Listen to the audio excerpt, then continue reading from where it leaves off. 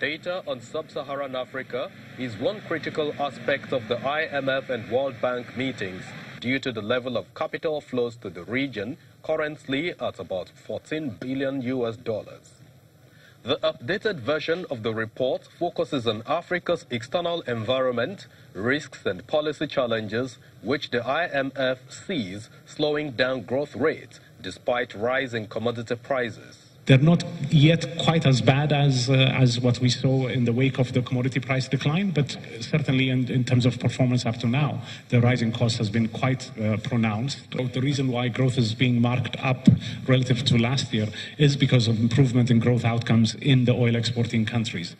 In much the rest of the region, though, growth remains more or less the same level as it has been in 2017. The report projects a 1.9% growth for Nigeria, lower than the federal government's 2.1% forecast.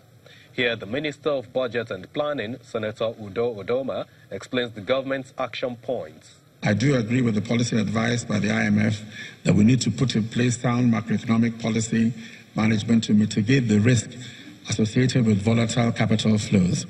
And one of the ways that we have done to try and mitigate some of the risk is building up our foreign reserves so that we can mitigate some of the risk of a sudden flight of capital.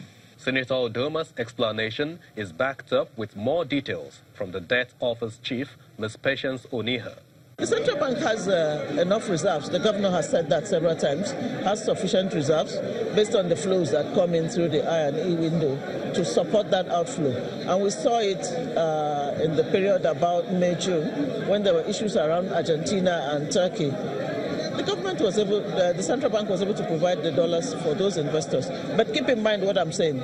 Nigeria wants foreign direct investments, which is real long-term investments in projects, as opposed to investments in, just my portfolio investors, which means they're investing in bonds, commercial papers, treasury bills, or the equities market. The rising debt level of emerging and frontier markets has some attendant effects on the cost of debt financing.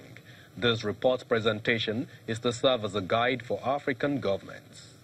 From Bali, Indonesia, Temple Ashaju, Channels Television News.